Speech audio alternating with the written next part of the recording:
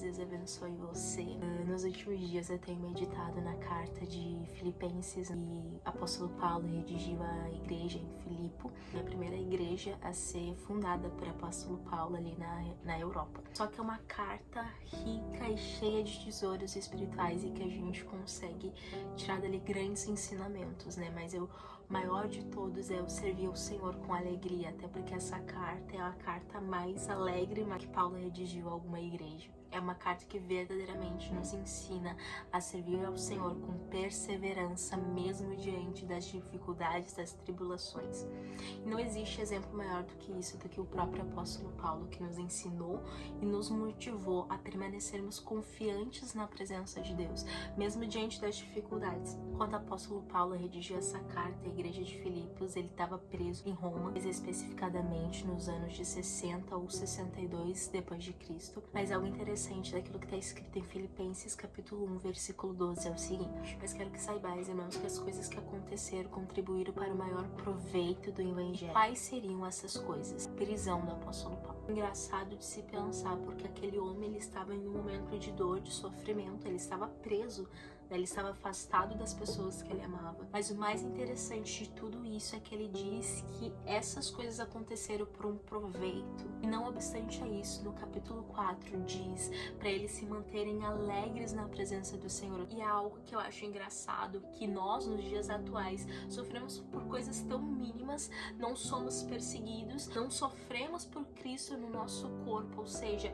temos toda a liberdade de expressão no país que vivemos, mas ainda assim, dando toda a oportunidade de servir ao Senhor, murmuramos muitas vezes. Servimos ao Senhor murmurando e reclamando da situação cujo qual estamos vivendo. Ou seja, nós não sofremos absolutamente nada do que esses homens eles sofreram por causa do amor a Cristo. Mas ainda assim nos achamos no direito de reclamar. Às vezes eu me pergunto quão escasso é a compreensão que nós temos no Evangelho. Às vezes nós seguimos a Cristo na confiança de que Ele nos trará algo, que Ele nos trará alguma bênção. Às vezes a gente vai na igreja não para adorar o Senhor, mas simplesmente para pedir. Às vezes as nossas orações são voltadas somente naquilo que nós queremos e naquilo que nós almejamos, e não para agradecer, não para glorificar o nome do Senhor.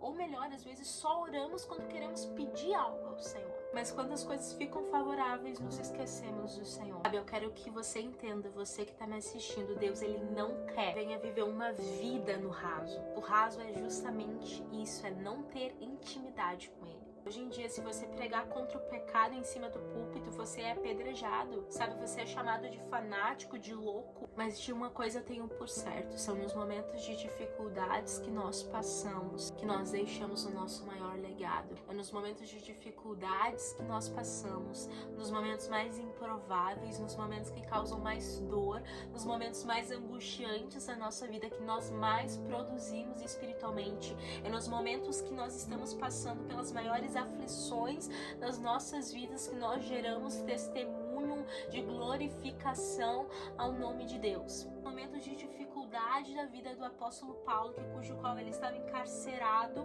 que ele mais produziu para o evangelho. Tudo isso por quê? Será que não doía? Obviamente doía. Que ele não sofria? Obviamente ele sofria. Mas ele fez uma escolha e essa escolha foi Cristo. Ou seja, por mais que ele estivesse passando por um momento de dificuldade, ele diz, não, a minha vida é do Senhor. Se o Senhor ele decidiu que eu vivesse aqui dentro da prisão, então eu vou glorificar Ele aqui dentro da prisão. Eu vou ser a pessoa mais alegre. Por quê? Porque eu tenho uma confiança viva, e essa confiança ela não é depositada em pessoas, ela não está depositada nas minhas capacidades, nas minhas habilidades, mas essa confiança ela está depositada em Deus. Existem duas formas de nós encararmos as dificuldades. A primeira é a gente se prostrando diante delas, e a segunda é a gente elevando os nossos olhos, mas não com grandeza, mas para olhar a Cristo, o Senhor e o Salvador das nossas almas. Se seguir a primeira opção, você nunca vai conseguir avançar espiritualmente. Você sempre estará prostrado aos seus problemas. Eles sempre dominarão a sua vida. Se você escolher pela segunda opção, por mais que Deus ele não faça aquilo que é da sua vontade, você terá paz no seu coração. A sua fé deve estar depositada em Deus, não para que Ele venha suprir as suas expectativas. A sua fé deve estar depositada em Deus por base de quem Ele é. você quer conquistar a sua promessa, olhe para Deus e não olhe para os problemas, amém? Deus abençoe a sua vida.